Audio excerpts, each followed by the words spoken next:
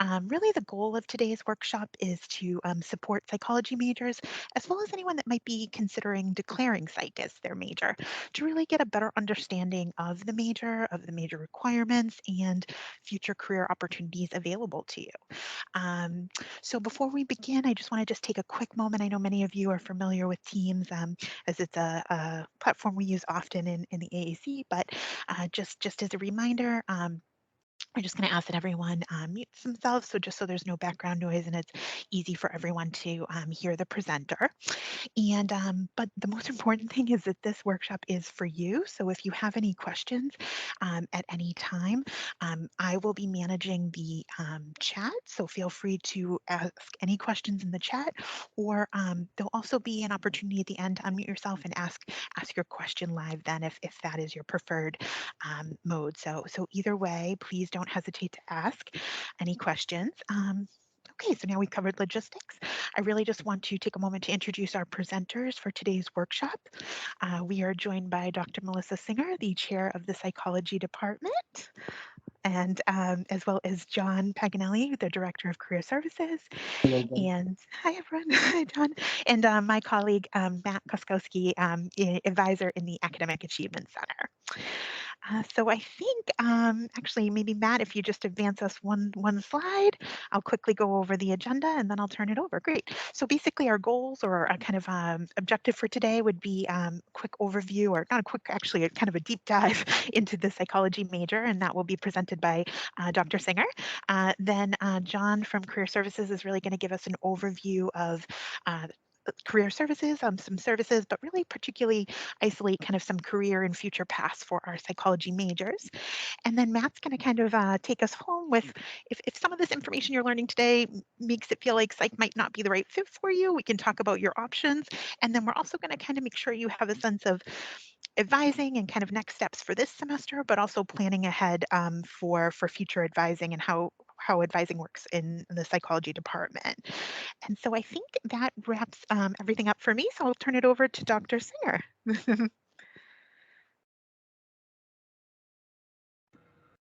Hi, everyone. I can't see your faces, so I'm looking at your names and imagining your smiling faces and enthusiasm. But anyway, so welcome. It's exciting that you are interested in psychology. So I just want to say, Matt, I think I can navigate the slides. Look at this. I just did it on my own without asking for control. I think that is just for your own view. Oh, I don't think that translates to everybody else, but if you want to ask for control, you can certainly have it. That's okay. You can do it. That's funny. I thought I was, everyone could see that. Okay, no worries. So the psychology program at Bridgewater, you're getting a bachelor's of science. Yeah. And so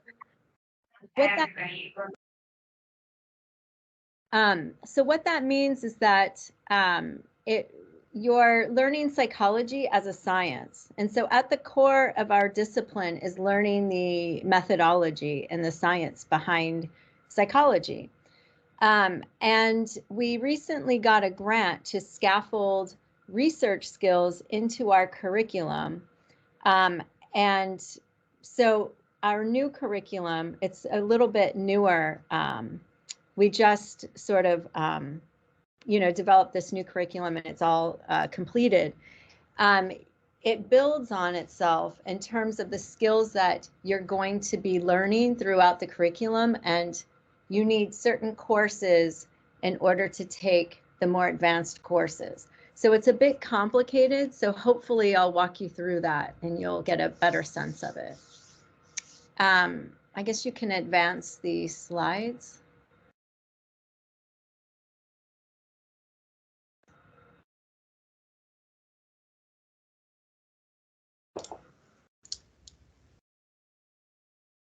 Did that work? Can you see it?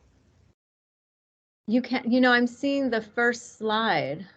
Is there a little button that says like join presenter, or? It said to sync with the presenter. Okay, I gotcha. All right, so I I won't go into the details because it's going to be a lot of information. So I'll try and highlight, the main points. Just to give you an overview, psychology, you need 44 credits, and you need a GPA of 2.5 or higher to actually earn your degree in psychology. The other great issue is that, like I said, it's a science, and so we really value our statistics and research methods courses, and you must receive a C or higher in order to pass those courses and to then move further along in the curriculum, because those are prerequisite courses for the advanced ones. And so what happens is students sometimes they don't pass those courses, and you can get stuck because you can't then take the higher level courses and you have to repeat them. But basically our curriculum is divided up into our foundation courses, which include statistics and intro, which I'll show you in a minute. Then there are the pillar courses, the next level up. And then the highest level, we have our advanced courses and our capstone courses that build on all the courses you've taken prior to that point. But then throughout are those research skills scaffolded at each of those levels. You also must take it counts as 2 requirements. The biology, like the basic biology with the lab, it's a 4-credit course. That counts as your lab science course in the core curriculum, but that also counts as our biology cognate course. So it's advisable to take for your general ed requirements, biology 100 or 110.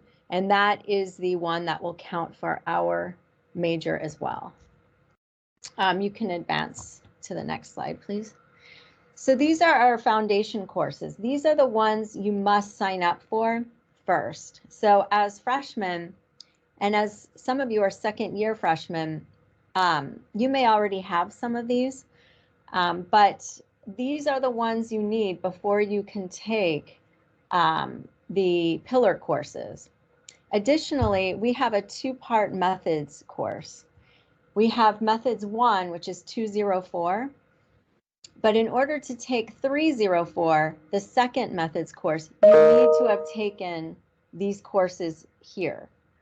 So it's advisable that these are the ones you sign up for. The other course to pay attention to is, in order to take statistics, you need to have taken a Math 100 or higher. Now, when you take a Math 100 or higher course, that counts as your mathematical reasoning course in your core curriculum. So that course is a prerequisite for the statistics course. So you'll be taking that course anyway for your core, but just be mindful that you cannot take statistics without that course, and that you need statistics in order to take the second methods course and then progress through.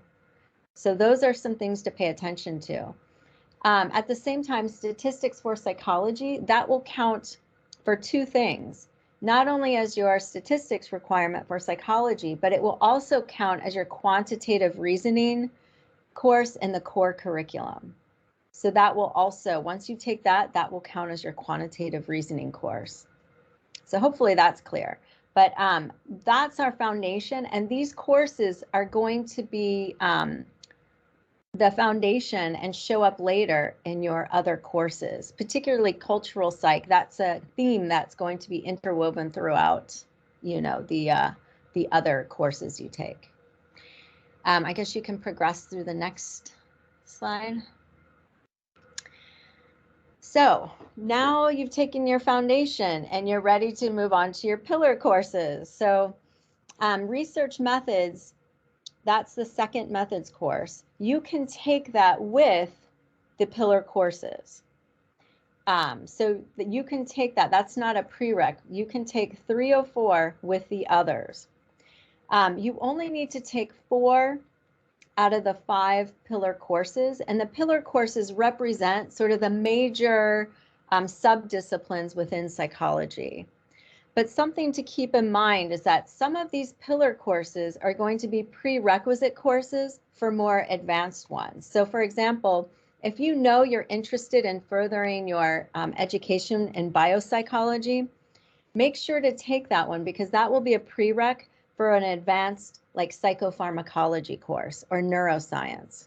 So that's something to keep in mind, is like, think about what you want to build on based on these pillar courses, because that's how our advanced courses work. So because you're not required to take all of them, you could be missing the one course that you need for those advanced ones. So just keep that in mind. You can go on to the next slide, please. So our advanced courses are designed to follow those pillar courses. So there are several categories. Advanced topics in cognition and learning or biopsych. And again, those advanced courses build on those pillars. So you need to have taken, for example, biopsych, if you want to take an advanced course in this area, or psychology of learning and memory is a prereq for some of these advanced courses. The other category we have is advanced topics in developmental, sociocultural, or clinical. So again, think about the pillars you need to take those advanced courses. Again, these courses build on the pillar and foundation courses. Then lastly, you need to take a senior seminar, but we've actually changed the name. That's going through governance. It's going to be called a capstone course. And these courses are really the capstone. It's taking everything you've learned and focusing on a particular area, but it's supposed to take the research skills, the pillar and advanced courses you've taken, and really put it all together, and you know, trying to sort of pull it all together at the very end of your degree, so that you can either apply it with a research project, or you might be doing some other project with all of that knowledge and skills that you've built upon throughout the curriculum. There's another option, though. If you don't see a capstone or senior seminar you're interested in, you can take an additional advanced course in either category. So you could take 3 advanced if you didn't want to take your third capstone or senior seminar. And then we give you a little bit of wiggle room to take one elective of like any choosing. So we have courses that aren't listed in our requirements that are sort of like they're on the side, that I'll explain here in a minute. They are these side courses like child psychology. I teach that course, and that doesn't require too many prereqs. Industrial organization is another one. Forensic psychology. We have a special topics course where you can take, there are a number of different special topics, like eating disorders is one of them. So there are a number of courses that don't require as many prereqs that you can take as your elective, you know, if you choose to do so. Let's see, I guess you can advance to the next one. So that's just the biology class that you should take to count as your cognate course. But again, it will also count as a core requirement. So again, some of our courses count for the required major, but they also double count, or double dip, I guess you would say, for your core requirements. You can advance to the next one. So basically, you can do the whole thing. So what I've just discussed, those are the different steps. Step 1 is to take those, some of those prereqs, like the Math 100, to take the statistics and to take the biology lab, along with intro and our orientation. Those are some of the foundation, because again, you need prereqs for some of our foundation courses. And then step 2 is to make sure you take statistics in your methods courses early on, because if you don't pass them, you have to repeat them, and you'll want to do that early on so that you have time. And then step 3 are those other courses. I just want to share with you that I sent out an email to all of our psych majors that sort of outline our advising process. But I did say that if you're a freshman, you need to get cleared through the AAC. But I wrote down some important information to pay attention to in terms of when you register and where to look for your advisor on the degree works later on when you then meet with a psychology faculty member. We also have a green sheet. We call it a green sheet because when we print it, it's on green paper, but when I send it to people, it's not green, but somehow it's just labeled our green sheet. And that is our master sheet of all of our requirements. It has all of the information about our program. So if you would like one of those, I don't know if I can put it in here, but you can always email me to get one, or in our psychology office in Hart 315, we have a stack of them and you can take one of those sheets, or you can check out our website as well. So that's it.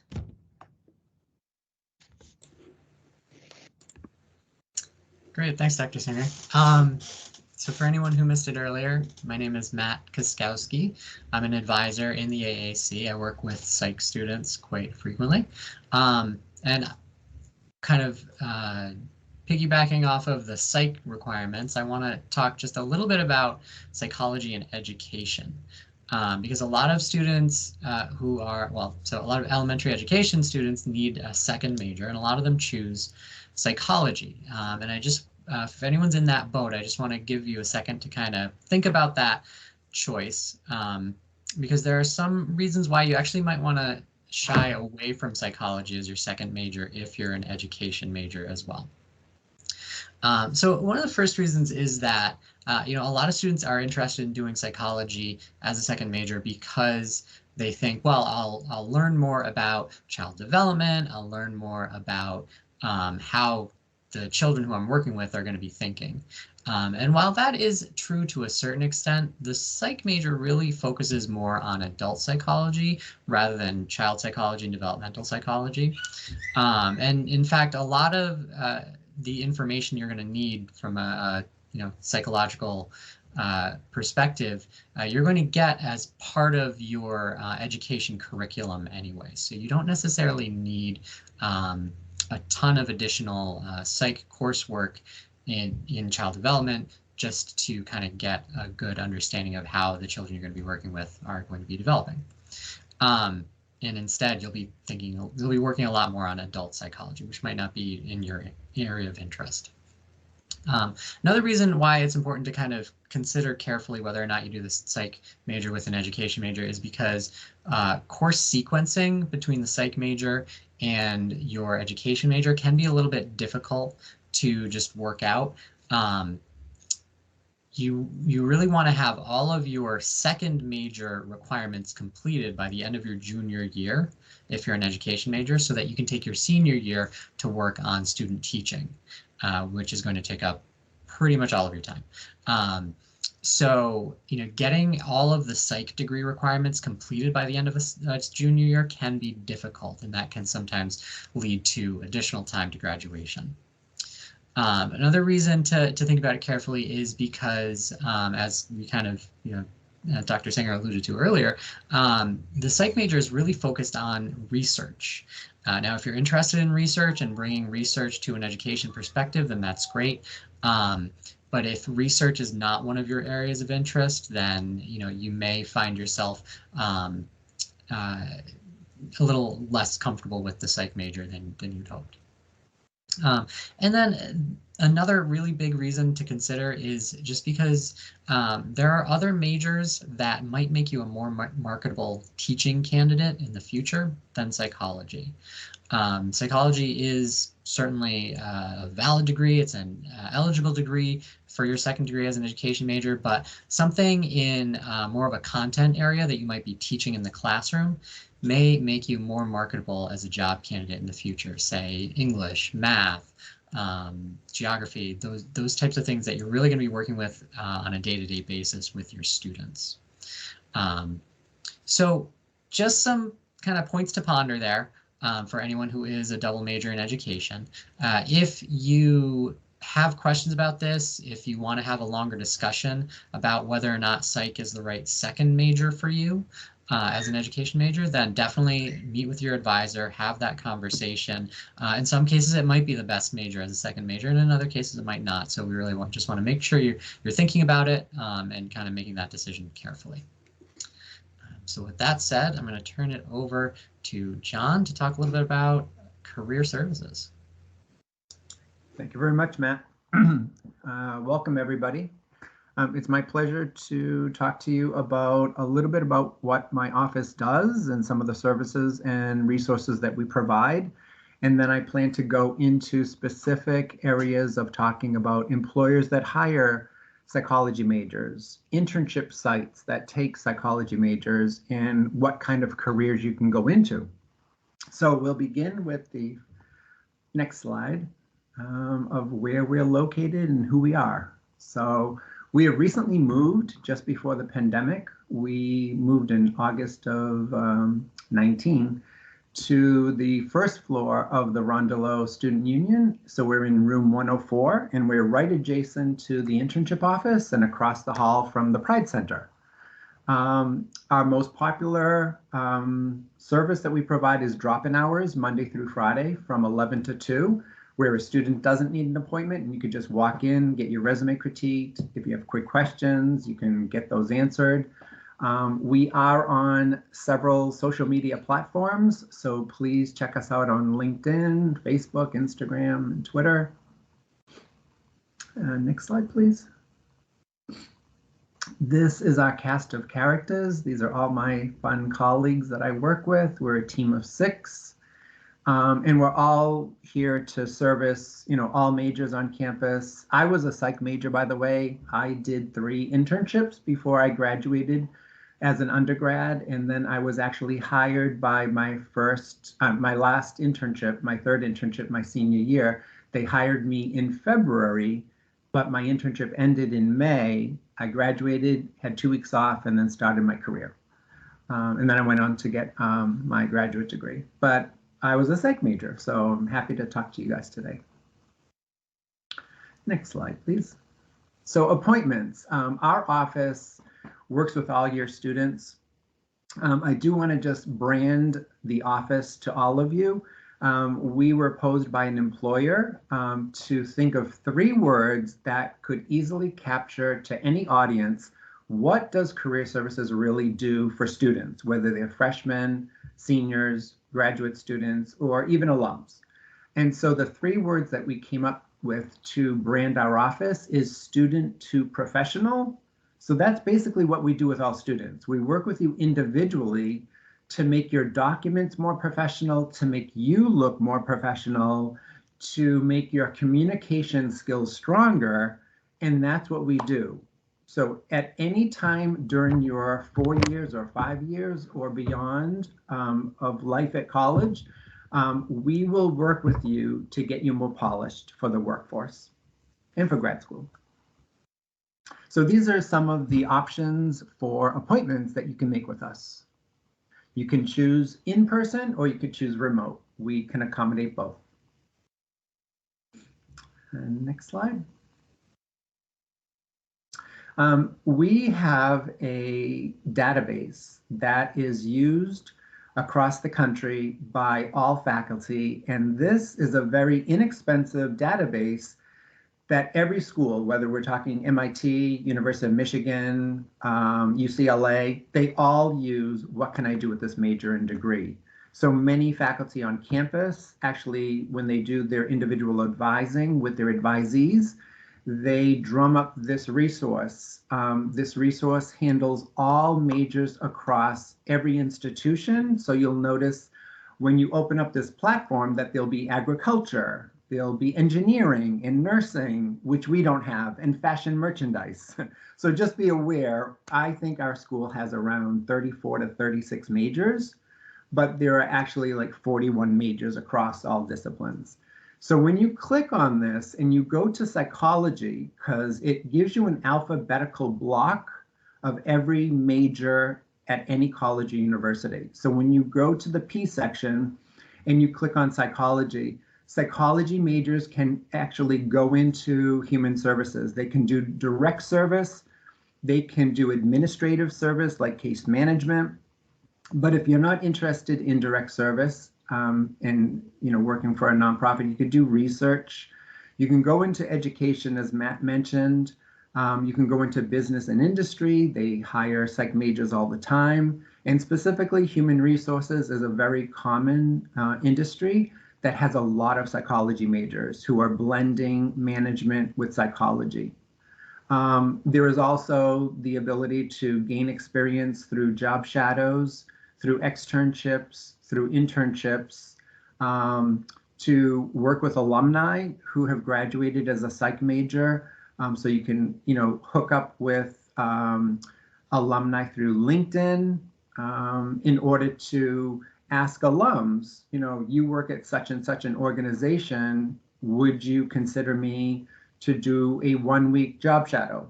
Or would you consider me for 15 weeks of doing an internship?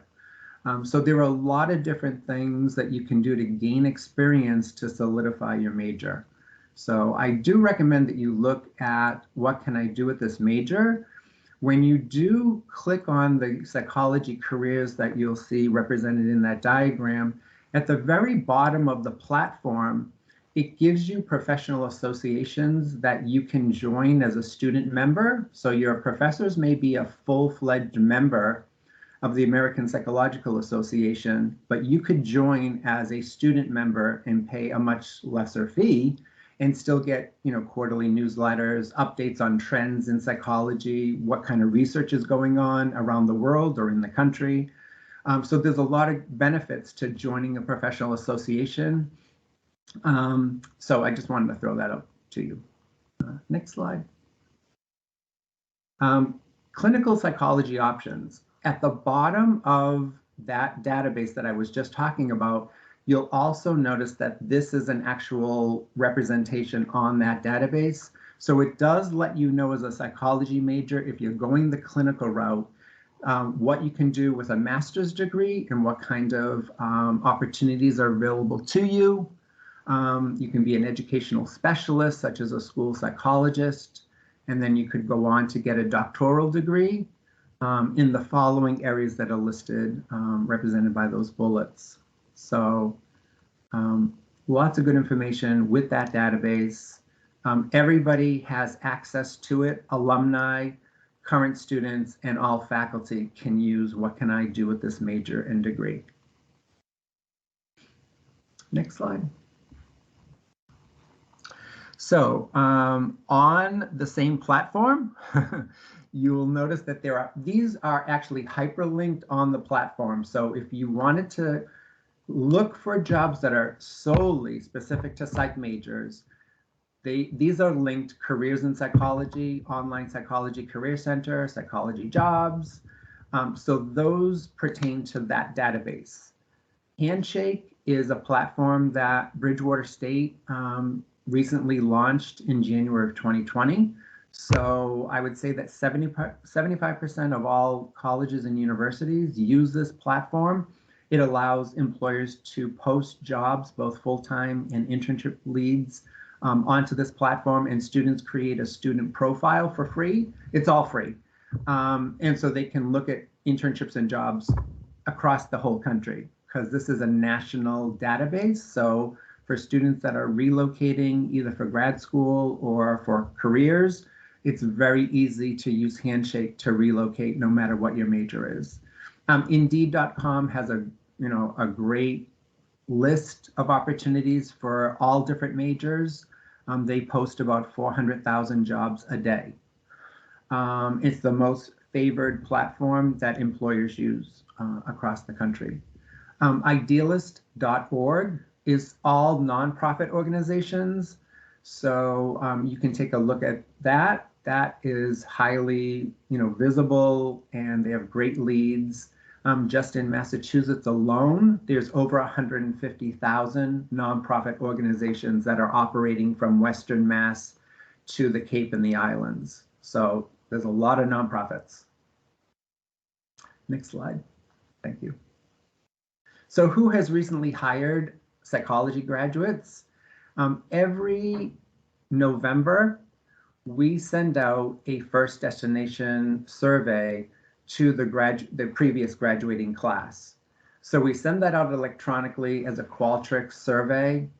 It's quick and easy. I think it only takes 4 minutes to actually complete it. And we ask approximately 14 questions. We do ask, where have you been gainfully employed? We do ask for salary range, not the exact salary. We ask if you did an internship to complement your major. So we ask specific questions. So we compile, which is public knowledge, off of our website on our site map. We have every year's class of the students who filled out and completed their survey. So you can actually see, it is anonymous, but you can actually see the name of the employer, the city and state of where it's located. And then we also have actual job titles of alums and what their job titles are. So I just wanted to show a variety of industries that have hired psych majors. So I'm not really sure if the Worcester Red Sox, do they have their own particular name? I know that it used to be the Paw Sox when they were in Rhode Island, but I don't know if it's called something more specific. But I just put it down because the student who's hired, the alum that was hired there, put down Red Sox. But I thought that there was a different name if you're, associated with the Worcester location. Boston I think it Children's might be Hospital. the Blue Sox. Oh, Yeah, sorry. I think so. Yeah, I think so. Thank you, Matt. Thanks. Boston Children's Hospital is a great facility that takes a lot of psychology majors. There's a lot of research, of course, going on there. Someone in psych could be in real estate. I know that after I graduated, I got my real estate license, and I was doing real estate as well as doing counseling. So there's a lot. You can work in a hospital, you can work at a treatment center, you can work with geriatric clients. So there's really a lot that you can do. So psychology is really broad, and it's finding your niche within the major. So there's a lot of exploring that you can do.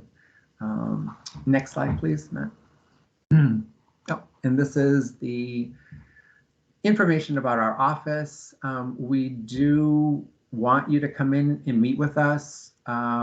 If you're a first year student, we can explain to you why we want to meet with you at the get-go, because we want to explain all the different ways that you can network with alumni and with employers.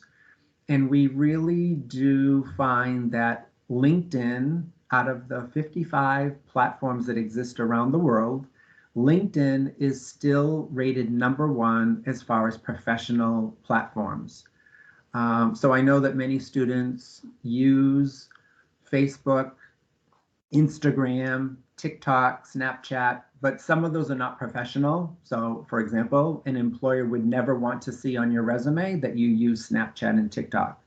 They don't find them professional, so don't list them. However, if they see that the first platform that you use on your resume is LinkedIn, they will go to it. Under your skills section of your LinkedIn account, you have the opportunity to list 50 skills. However, most students don't list 50. They usually list between 15 to 20.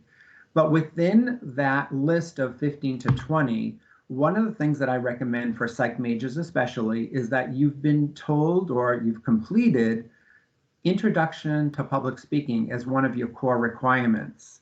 And that is something that employers constantly tell my office staff, that they appreciate the fact that someone is telling students and alums to put that on their resume and on their LinkedIn account.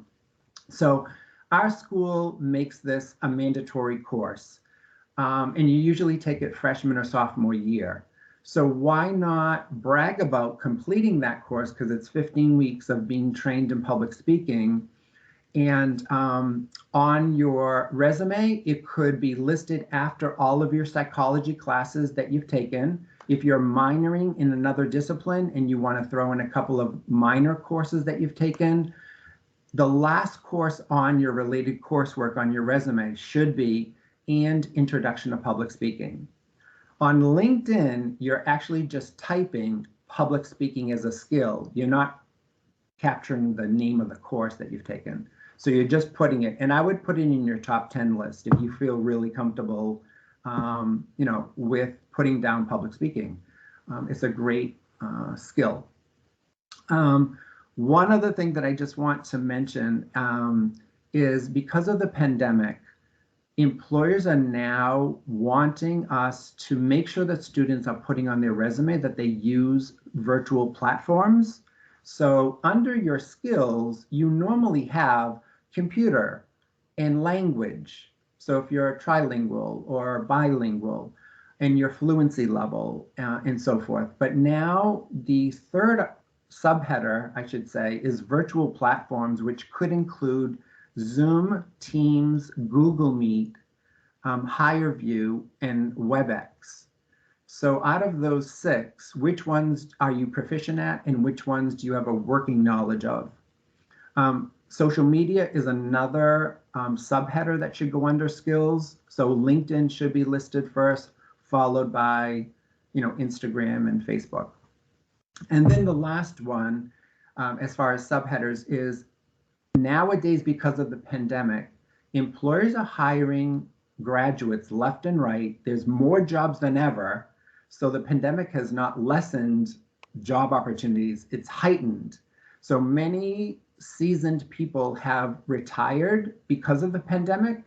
And now there's just lots of opportunity for young people to get employed, and employers are paying you full salaries and full benefits to work remotely from your house in many cases.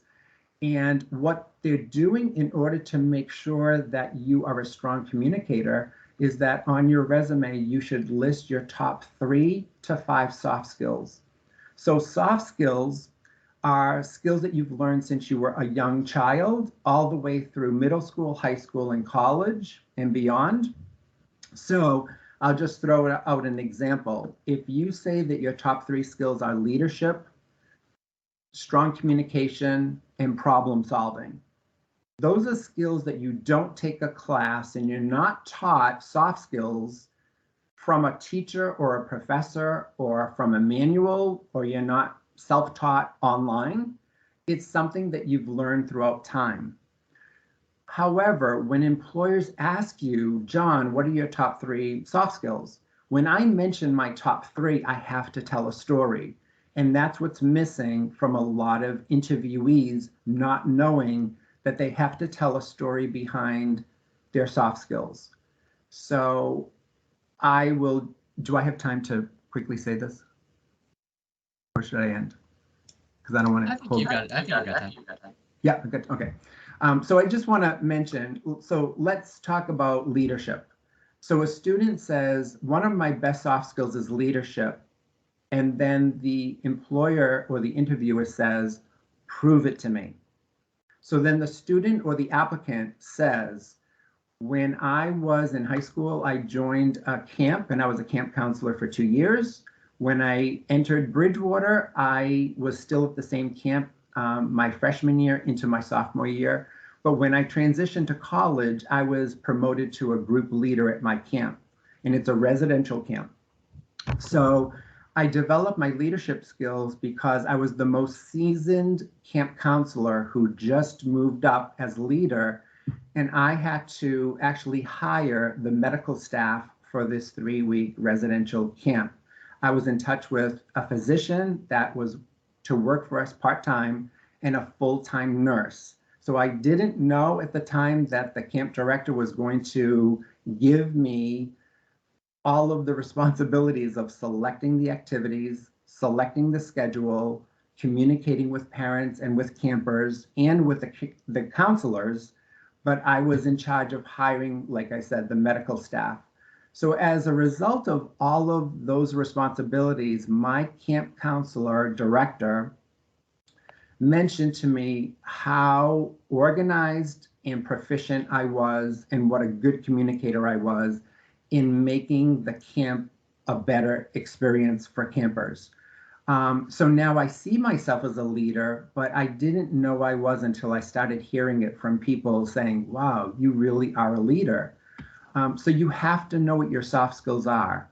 And you can certainly Google search sample soft skills used in job interviews, and you will get an alphabetical list of about 80 soft skills. So out of the 80, what are your top 3? What are your top 5? And be able to tell a story. So thank you. Great, thank you, John. Thank you. So I'm gonna take over again, talk a little bit more from the advising perspective. And I guess I'm going to be a Debbie Downer for a minute, but that's okay. I don't know how you could not be psyched about psych after listening to John talk about all that great career services stuff. But if you're not, then that's okay. We just want to make sure everyone has different opportunities or has the opportunities that work for them. So I'll talk a little bit about what to do if after hearing this presentation so far, you think psych might not be the right fit for you. What directions can you go? As an advisor, I have a lot of appointments with students where the students come in and say that they want to change their major and they want to know how to change their major. A lot of those appointments are with students who have already decided what major they want to declare. And they just need to know what the paperwork, what paperwork they need to fill out. And I always tell them the paperwork is the easy part. There's a form, you bring it to a person, they sign it, you're good to go. The challenging part about wanting to change your major, thinking you need to declare a major, those types of things, is really the part where you have to choose the major that's right for you. So we'll talk a little bit about how you might go about that, what some resources you might want to use are. Now, if you're a psych major right now and you think you might want to change to something else, the first important questions to ask are about, what drew you to psychology initially? Why did you want to be a psych major at first? And what can you pull from that experience to attach to other majors that might be out there? Think about what kinds of goals you have for your career. What kind of a work life do you want? What kinds of things do you want to be doing day to day? What kind of values do you have when it comes to working? Are you someone who wants to make sure they have a stable income and the ability to be financially secure for a long, long time? Well, there are certain jobs that are going to help you with that. Are you someone who really wants to focus more on travel and working in a lot of different places? There are careers that can help you with that. So think about what your own goals are. And after you think about that a little bit, maybe you'll decide psychology is the right major, maybe it's not. And if it's not, there are a lot of different resources that can help you figure out what the next step might be for you. So one of those resources is the degree audit that you have access to right now. Now, if you log into your degree audit as a psych major, you'll see all the different major requirements that you have to complete to earn your psych degree. But there is an extra tool within the degree audit called the what if functions over on the left side of the page. You can click on it and it'll allow you to select different major options instead. And you can actually look at all the different requirements for all the different majors on campus and see how they stack up. It's helpful because it'll give you an idea of what classes you'll have to take if you decide to be, say, a management major or an economics major. And it will also tell you about where you stand within those majors. Maybe you've already met half of the requirements for a different major and you didn't even realize it. So that is a useful tool just to think about kind of the nuts and bolts of school and what your options are within the Bridgewater environment. Also a really good thing to go over with your advisor because they can give you more details about how the curricula get laid out, different course sequencing you have to do, give you a sense of how much longer it might take you to finish one major versus another major too. Another great resource, as I'm sure you already know, is career services. They can certainly help you with the professional side of things, but they can also help you figure out, how do your career values, professional goals fit in with different careers, And then how do those careers tie back to different majors at Bridgewater? So, they can help you really from any point in the career search, your career process. Other, non-academic or non-Bridgewater related resources as well. Talk to your friends, talk to your family, talk to your teacher, talk to people who know you well. Because sometimes it takes a conversation with someone else to make you realize some of the things that are going on inside yourself, right? Like you may have this sense of what you maybe want to do in your career, but someone like your parent who has watched you grow up might be able to really pinpoint, oh, this kind of job might be something you want to do, or I know you really love to do this, and so why don't we think about certain jobs that have a helping component involved, because you really love to help people. That's where you really excel and find joy. So have those conversations and really think hard about it, because it's okay to change your major, but if the sooner you can get into a major that feels like the right fit for you, number one, the sooner you'll graduate, which is great, but also the better experience you're going to have in college and then after graduation as well. Now, like I said, if you decide to change your major, then the actual changing process is not super difficult. There's a form you fill out. It's called the Program of Study Declaration Form. It's on the registrar's website in the forms section. Your advisor can help you access it, can help you fill it out. And then you need to get approval from the department chair of the new major as well. So you'd have to contact them with the completed form, and sometimes you have a conversation with them. Sometimes if it's very clear, the form can just get signed, but that paperwork gets signed, gets sent over to the registrar's office. The nuts and bolts of it are not too complicated. But actually, let's go back for 1 second, because another group of people to talk to about are department chairs. So if you're interested in a particular major, don't feel afraid to try to get in touch with the department chair of that particular department, because they can really share a lot of great information about what that major is like at Bridgewater and what careers in the field are like as well, to make sure that you're going in a direction that you want to go. So hopefully you are still psyched about being a psych major. And in that case, we're going to talk a little bit about advising and planning over the next couple semesters to help you get a sense of classes and registration processes and what to expect next. So for this semester, advising right now, you are going to continue to work with your AAC advisor for this semester. Right now, AAC advisors are working with psychology majors through their first and second semester, which is great because we get to spend a little bit more time with you, get to know you a little bit better, get to guide you a little bit better. So you're going to work with your AAC advisor to get cleared to register for the fall semester. What you'll want to do is make sure you schedule an appointment with your advisor using Academia for sometime between April 4th and April 15th. Now the schedule for fall classes should be available by April 1st. So ideally what you'll do is you'll look at that schedule of classes, starting April 1st, make a registration plan for yourself. There's a new plan ahead feature. I know a lot of students have already used it. That new plan ahead feature on InfoBear within the registration planning system, or the registration system, you can use that to actually, get an online plan of these are the classes I want to take. It sets it all up so you can see when everything meets, how everything fits together. It's really nice. We have a video on our website that walks you through how to do it if you need some help doing it. So ideally, schedule comes out, you look through the schedule, you make a registration plan for yourself, and then you bring that plan to meet with your advisor sometime between April 4th and April 15th. You'll talk about your plan with your advisor. You'll make any adjustments that might need to be made, and then your advisor will clear you to register for next semester, at which point you'll be able to access your registration PIN, which you'll need when you log in to register for classes on registration day.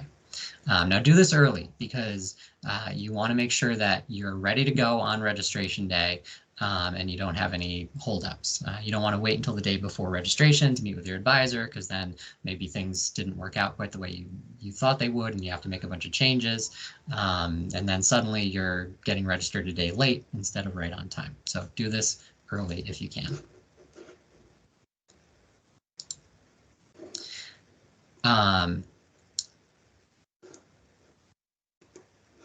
Sorry, I just want to make sure I'm on the right slide here. Yep, okay. So what classes are you going to be looking at for the fall? Well, as a second semester psych student going into your third semester, there are some basic things you're going to be looking at, but everybody's going to be a little bit different. So you do want to make sure you're reviewing your degree audit first to figure out exactly where you stand within your degree requirements, and make sure you're doing the classes that you need to do as a student. But a couple of things to consider. Number one, have you met all of your first year requirements? So those first year requirements include English 101, English 102, logical reasoning, which is usually going to be Crit 111 for psychology students, math, reasoning, and your first year seminar. So have you done those? If there are any of those still out there that you haven't done yet, you want to build those into your schedule for the fall semester. Next is start to think about those Psych Foundation courses, Psych 100 and Psych 150, the intro and orientation courses. Hopefully you've done those by now. And then move on to the 201, 204, 230 courses, because those are classes you're going to need to get done before moving on to those upper level, 300 level psych courses. And then, of course, there's that biology class sitting out there that you're going to have to do. The sooner you can do that, the better. Not just to get it out of the way so you don't have to worry about it later, but then also if you're going to be taking any courses in biological psychology, neuroscience, then you're going to want to have that background as well. So those are the kinds of courses you're going to look at. And then in addition to that, just any of those core distribution courses you may not have done yet as well. So that's kind of the plan for going into the fall semester. Now, once the fall semester comes around, there's going to be a transition. You're going to move on from working with a psych advisor in the Academic Achievement Center to working with a psych advisor in the psychology department, one of the faculty members in the psychology department. Now, this is actually a really great transition because this is going to give you access to a real expert in psychology, not just in the course content and the kinds of things you're going to need to know to pass your classes, but in the field in general. Meeting and working with your faculty advisor in the psychology department is going to give you the opportunity to have someone there to support you through your own psych journey. Right? You can talk to them about different kinds of careers you might be interested in. You can talk to them about, burgeoning fields within psychology. You can talk to them about how you go from point A to point Z, right? I know I want to open my own practice as a counselor, but how do I actually get there? Well, they can walk you through those steps and help you develop a plan for yourself. So at the beginning of the fall semester, you should get an email from the department chair, Dr. Singer, was that a comment? I'm sorry, may I interrupt for just a moment? Yes, please. I'm sorry, I just wanted to clarify. I don't necessarily send an email about who their advisor is. I send an email about the advising process. However, they can ask me who their advisor is, but it's on their degree works right there at the top. And they should have one already that they can see it right there already. But definitely contact me if you have any difficulties with that. Yes, that is a very good point, because you can always see who your advisor is, even if you're not sure. At the top of your degree works degree audit is a great place to look. It's also on your student profile in InfoBear. So you will have that connection to your new advisor, and reach out to them, say hi, introduce yourself. And then you'll be working with them on the kinds of questions that I already reviewed, but also to help you with registration semester to semester as you continue through to graduation. So that is what you can expect starting in the fall. And that is just about all that we have for you.